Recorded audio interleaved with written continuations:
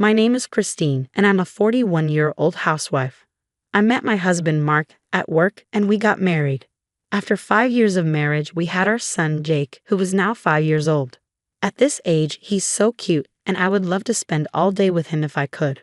But because of our financial situation, I have to work and leave him at daycare to help with our income. Jake asked me to make him an omelette tomorrow. How could I say no to such a sweet request? Maybe he understands my busy schedule because he never asks for anything too complicated. Or maybe it's just because I'm not great at cooking elaborate dishes.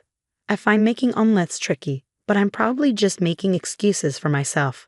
When Jake was born, Mark was very happy. He was our miracle after many years of trying. We used to be a close family, going on drives and visiting the park every weekend. But things started changing when Jake turned 3. After that, Mark began coming home late more often. He had been complaining about how he couldn't handle Jake's fussiness, and maybe that's why he stayed out late. Whenever Mark called to say he was working overnight, I felt disappointed. I found out from one of Mark's colleagues that he was actually spending his time playing slot machines at restaurants and cinemas. Since Mark and I met at work, his colleagues are also my former colleagues. I left my job after we got married and started working part-time, but I still keep in touch with my old coworkers.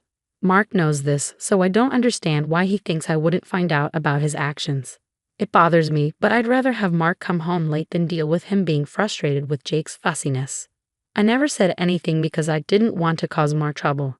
Mark's late nights kept getting worse, sometimes even until morning. Sometimes I could smell perfume on his suit, and it upset me.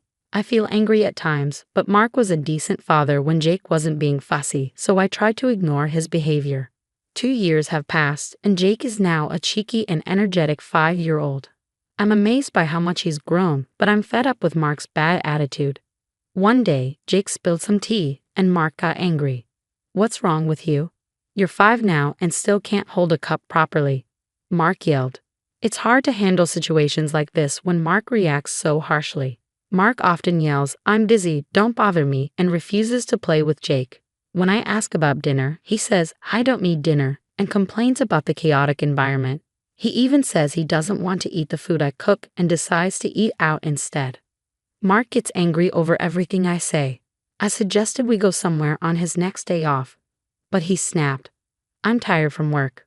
Let me rest." No matter what I say, he just yells, and we can't have a proper conversation. I sometimes wonder if Mark is still stuck in his terrible 3s phase from when he was a child.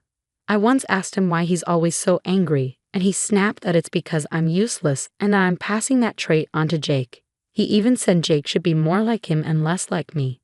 It hurt to hear him say that. Mark seemed to think all of Jake's good qualities came from him, and the bad ones came from me. I was deeply hurt by his words and actions, and I even considered divorcing him. He was close to ending our marriage with his behavior and lack of respect. Despite everything, I stayed because I still loved Mark, and even though Jake was scared of him, he loved him too. I was exhausted from living with someone who was rarely in a good mood, but I didn't have the courage to break up our family. One day, Mark told me he was going on a trip with some work colleagues I know. You know, the 2 guys who are always enjoying their single lives. Mark decided to join them on their trip. "Seriously?" I asked. Mark said, "What's wrong with that? I've been patient for a long time. This family takes up all my time, and I never get a break.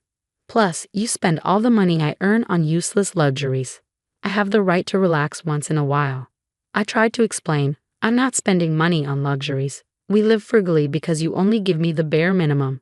I work hard, and the more I earn, the less you contribute to our family. I actually put in more than you, while you probably waste your money." Mark cut me off. "Shut up.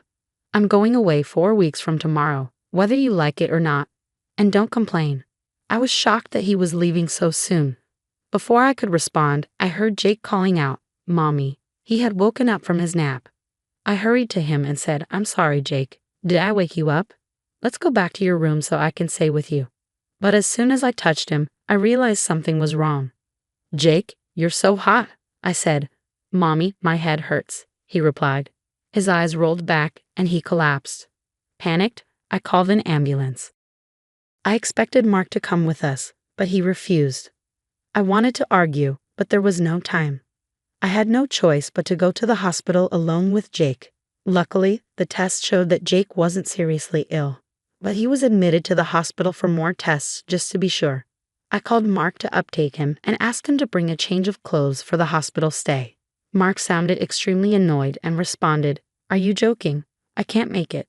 I don't want to be late for tomorrow's trip, so I'm staying at my colleague's place tonight." I was stunned. "Are you serious? Your son is in the hospital and you're still going on a trip?" Mark replied, "Of course I am. He's just having a simple checkup. There's nothing I can do, and I don't want to miss the trip." I argued, "Yes, there is.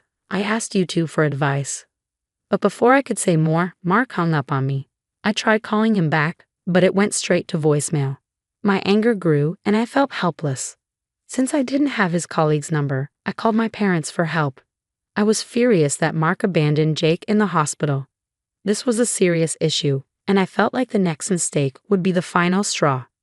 3 days later, the tests were complete, and Jake was back to his usual energetic self. The results showed no problems, and he would be discharged the next day. I planned to buy him some pudding as a treat. As I was checking my phone for messages, it suddenly started vibrating. I almost dropped it but managed to answer the call from my former colleague, Cindy. "Christine, where are you?" Cindy's voice sounded panicked. "I'm at the hospital. What's going on?" I asked. Cindy replied urgently, "Forget about that. It's an emergency. Your husband was in an accident. He's dead." I was stunned and confused by Cindy's call. "What? This can't be true," I said, thinking it was a joke, but Cindy's voice was serious, and I ran out in a panic. Mark had passed away. The news was shocking, but Cindy continued, explaining that Mark was on a trip with a woman who had crashed the car into a tree. I couldn't believe it. Mark was supposed to be traveling with his male colleagues, not a woman. There had to be a mistake. I called my parents to ask them to look after Jake and rushed to the hospital where Mark was said to be. Amid my panic, I wondered why the company had called me before I was informed directly. According to Cindy, the men who were supposed to be with Mark were safe, meaning they weren't with him. Mark had lied about being with them and was actually with another woman. This was a huge betrayal. When I arrived at the hospital, I found Mark in a room. To my surprise, he was alive. His hands and feet were bandaged, but he was breathing. Cindy's news was wrong. "Mark, you're alive," I said, approaching him. His eyes were slightly open, and he seemed a bit shaken. Maybe he hadn't expected the company to contact me so quickly. In his usual grumpy tone, Mark said, "Took you long enough. Your husband's been in an accident, and it takes you ages to get here. You useless piece off." It was frustrating to see him so unchanged despite his injuries. He had only broken his left hand and right leg. The rental car was totaled, but it seemed he had managed to escape with relatively minor injuries. "I'm glad you're okay," I told Mark. He replied, "You better take good care of me." It was clear he was feeling fine. "Well, let's get to it. You may have escaped death, but you don't get a pass on 3 strikes. I pulled out a sheet of paper. When I say I'm glad you're okay, I'm really talking about your right hand. If you'd broken it, you wouldn't be able to sign this." Mark looked confused. "What are you talking about?" I unfolded the paper and said, "Divorce papers." Mark was shocked. "You're joking. Why would I sign this?" I said, "Oh, we told your girlfriend you were getting a divorce, didn't you? The reason you came home late every night was because you were with her. Was this trip a prenuptial getaway? Good for you. Now you can marry your sweet Michelle." Mark asked, "How do you even know her name?" I replied, "Because I spoke to her. Before coming to your hospital room, I stopped by the room of the woman you were with. She was also in the hospital. I found her and asked her about the accident. She had broken some bones but was in better shape than Mark. Her parents were with her, and I talked to her. I couldn't tell her I was coming to see Mark, so I just spoke with her without knowing if Mark was alive or dead. When I found out Mark was alive, I was relieved, but the woman's parents were questioning her intensely. She looked at me and said, 'Let him go. I don't know what you see in him. He's never around for his family, doesn't pay his bills, goes out every night, and doesn't care when his kid is in the hospital.' And then there's the cheating." "It's game over," I said, watching Mark's face turn pale. I had expected him to get defensive, but that didn't change my mind. No, she's just for fun, you know. You're the only one I love," Mark stammered. I ignored his pleas. "Stop, I've filled out the form with my part. Even if you tear it up, I have plenty of copies. I could just call a lawyer. A lawyer? Mark asked, startled. Yes, we need to figure out alimony and child support. That's why a lawyer would be better, I said. Mark pleaded. Wait a second. Please reconsider. I gave him a stern look, and he immediately shrank back. I don't want a divorce, he stuttered. Why not? I asked. Let me say it for both of us. You get to spend money however you like and have fun with young women, while I handle all the hard work at home. You have a wife for security and a girlfriend for enjoyment. It's a great setup. But if we divorce, that perfect life plan will be over, right? Mark's mouth hung open, and he was speechless. Sorry to tell you, but your perfect life plan is now ruined. You can start a new plan with Michelle or whoever you like, but my son and I won't be a part of it. Just pretend you're dead and start over. After saying everything I needed to, I turned to leave the room. Mark's weak voice called out, but I didn't look back.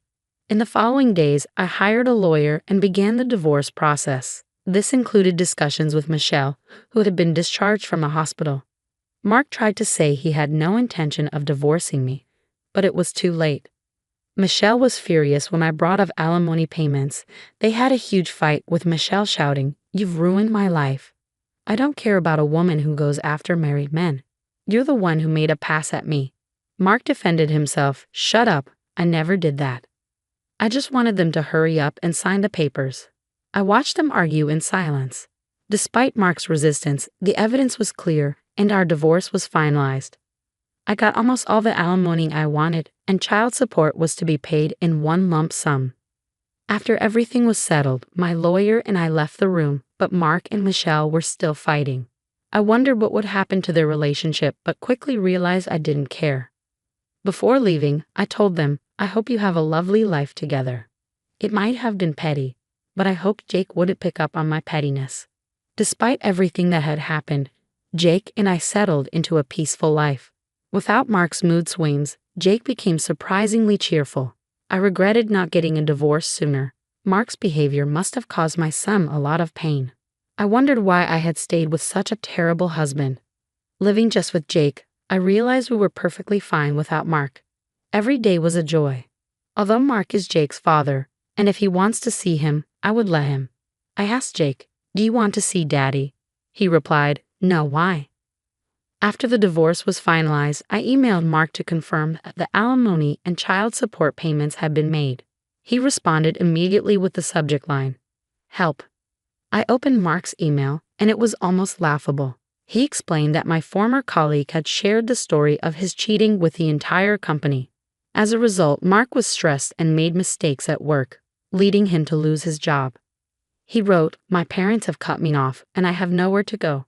I can't live like this. Please help me." I couldn't believe it. I decided to be kind and replied, "Why don't you ask your sweet Michelle to help you?" Mark responded, "I broke up with Michelle. Her parents cut her off too, and now she's missing. I can think clearly now. You are the only one I love. Please help me." His message continued, "I'm behind on my cell phone bill, and it's going to stop working tomorrow. Please come and pick me up right away." I blocked him after that. We had moved long ago, and Mark had no way of finding us. As I put my phone down and sipped my tea, Jake came over and asked, "What should we do on our day off tomorrow, Mommy?" I thought for a moment and said, "How about we pack some lunch and go to the aquarium?" Jake's face lit up with a big smile. "Hey, I want to see the dolphin show." Seeing Jake so happy and excited made me smile too.